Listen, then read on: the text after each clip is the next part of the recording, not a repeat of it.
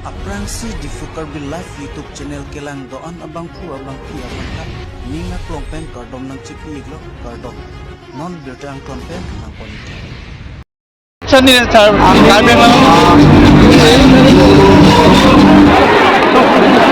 কালি কেন্দ্ৰীয় গৃহমন্ত্ৰী ডাঙৰীয়াই ইতিমধ্যে উল্লেখ কৰিছে অসমত এইবাৰ 90খনতকৈ বেছি আসন জয়লাভ কৰিম আৰু আমাৰ আগতে কেতিয়াও নোহোৱা আসন আমি জয়লাভ কৰিম। স্যাৰ দেখিছে যে স্যাৰ তুলিৰাম ৰংভাঙে ৰংভাঙত প্ৰতিদ্বন্দ্বিতা কৰিছে, তাত মই নাযাওঁ। বাকী এতিয়া মই বিশুদ্ধ যাম, বকলীয়া, হাওৰাঘাট যাম, আমৰি যাম আৰু মই ভাবোঁ পাঁচটা চিটতে আমি দিম।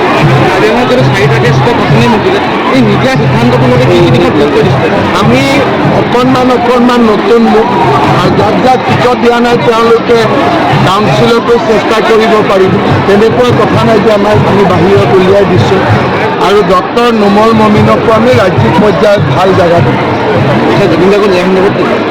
কোৰ্টত অলৰেডি কেছ আছে, আমিতো আজিলৈকে বেইলে হ'ব দিয়া নাই, সেইটো কাৰণে ৰাইজে আমাক ভাল পাই আছে।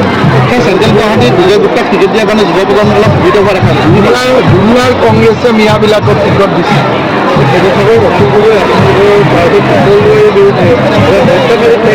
মইতো জানাত প্ৰণৱ বড়ো হত্যাকাৰী দিন দুপৰতে অখিল গগৈ, সেইটোতো চবেই জানে। গুৱাহাটীৰ মাজমজিয়া একেবাৰে মাজমজিয়াত কেৰাচিন তেল ঢালি প্ৰণৱ বড়োক অখিল গগৈ মাৰিছে। গতিকে আগদিনাখন ৰাতিৰ পৰাই তেওঁক প্ৰস্তুত কৰাইছিল। গতিকে তেওঁ এতিয়া বেলেগৰ কথা কেনেকৈ ক'ব পাৰে?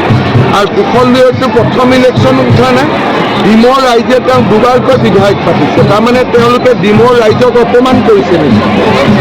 অখিল গগৈয়ে যে কৈ আছে কুশলদৈ বেয়া মানুহ, তাৰমানে ডিমৰ ৰাইজ বেয়া আছে নেকি? ডিমৰ ৰাইজেতো তেওঁ দুবাৰ আগতে MLA পাতিছে, হয়নে নহয়? স্যাৰ এইগৰাকী যিগৰাকী বিধায়ক আছিলে ভাল কৰিব, ছুপাৰ ফাষ্ট ইউজ কৰিব। স্যাৰ ষ্টাৰ কেম্পেইনটো মোৰ লগত কামেই কৰি আছে। স্যাৰ দেখিছে যে কংগ্ৰেছৰ আজি ষ্টাৰ কেম্পেইনাৰ আহিছে, কিবা প্ৰভাৱ পেলাব পাৰিবনে? মল্লিকাৰ্জুন খাৰ্গে ডাঙৰীয়া ৰাহুল গান্ধী হাজৰিকাক ভাৰত ৰত্ন দিওঁতে যে বিৰোধিতা কৰিছে আৰু অসমত ছেমি কণ্ডাক্টৰ কোনে বিৰোধিতা কৰিছিলে? খাৰ্গে নহয় জানো? কংগ্ৰেছে নিজৰ মূৰৰ ওপৰত ষ্টাৰ কেম্পেইনাৰ হ'ব পাৰে নেকি?